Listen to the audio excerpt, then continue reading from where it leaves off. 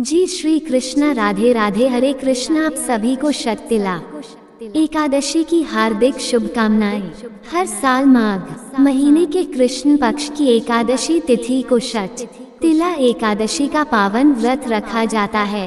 यह तिथि भगवान विष्णु को और गारस माता को समर्पित है। शास्त्रों के अनुसार इस दिन तिल का दान, तिल से स्नान, तिल का सेवन, तिल का उपचन, तिल से हवन और जल में तिल का प्रयोग करने से, इन 6 प्रकार से तिलों का प्रयोग करने से व्यक्ति के समस्त दुखों का अंत होता है।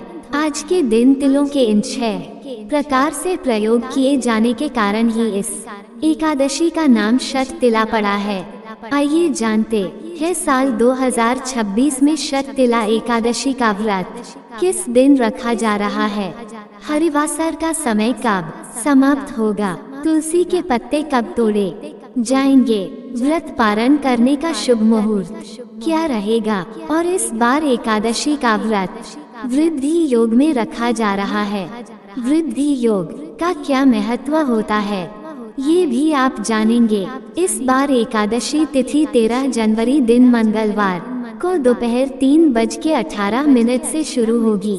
एकादशी तिथि 14 जनवरी दिन बुधवार को शाम 5:53 पर समाप्त होगी। ऐसे में इस बार शततिला एकादशी का व्रत केवल 14 जनवरी दिन बुधवार को ही रखा जाएगा। दशमी तिथि के नियमों का पालन 13 जनवरी मंगलवार को करते हुए तुलसी के पत्ते भी इसी दिन तोड़कर रख लिए जाएंगे। व्रत रखने वाले साधकों को दशमी तिथि के सूर्यास्त के बाद अन्न ग्रहण करने की मनाही होती है। 14 जनवरी दिन बुधवार को ब्रह्म मुहूर्त सुबह 5:38 से 6:25 तक रहेगा। सूर्योदय होगा सुबह 7:14 पर। सूर्यास्त का समय शाम 5:57 पर। प्रातः काल पूजा सुबह 5:54 से 7:15 तक कर सकते हैं। शाम की पूजा शाम 5:45 से 7:6 तक की जा सकती है।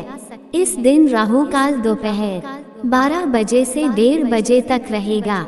इस दिन पूरा दिन ही अनुराधा नक्षत्र रहेगा। द्वादशी तिथि 14 जनवरी दिन बुधवार को शाम 5:54 से शुरू होगी और समाप्त होगी।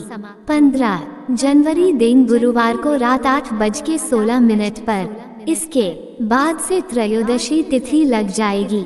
15 जनवरी गुरुवार को ब्रह्म मुहूर्त सुबह 5:37 से 6:25 तक रहेगा। सूर्योदय होगा सुबह 7:14 पर। सूर्यास्त शाम 5:57 पर। प्रातः काल पूजा सुबह 5:54 से 7:15 तक कर सकते हैं। शाम की पूजा शाम 5:46 से 7:07 तक की जाएगी। और इस दिन वृद्धि योग भी रहेगा, जो कि रात 8:37 तक रहने वाला है। वृद्धि योग जैसा कि इसका नाम ही है, तो इस योग में किए गए कार्य में वृद्धि होती है।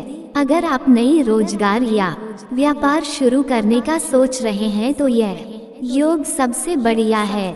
इस योग में किए गए काम में ना तो रुकावट आती है, ना ही कोई झगड़ा या अन्य विवाद होने की संभावना होती है। हरिवासर का समय, जो कि द्वादशी तिथि लगते ही प्रारंभ हो जाता है, 14 जनवरी दिन बुधवार को रात 12 बजे तक समाप्त होगा। शततिला एकादशी व्रत का पारण 15 जनवरी दिन गुरुवार को सुबह 7:15 से 9:21 के बीच में किया जाएगा। एकादशी का व्रत हमेशा निर्धारित शुभ मुहूर्त के अंदर ही खोलना चाहिए। एकादशी के दिन संभव हो तो व्रत रखने का संकल्प लेकर पूजा करें। दिन भर व्रत रखें। भगवान विष्णु को इस दिन चंदन का तिलक लगाकर काले और सफेद तिल अर्पित करें। तिल से बनी हुई मिठाई का भोग तुलसी के पत्ते रखकर भगवान को अर्पण करें। व्रत की कथा पढ़े या सुने, आरती उतारकर क्षमा याचना करें और एकादशी व्रत के नियमों के अनुसार इस दिन चावल का त्याग करना चाहिए।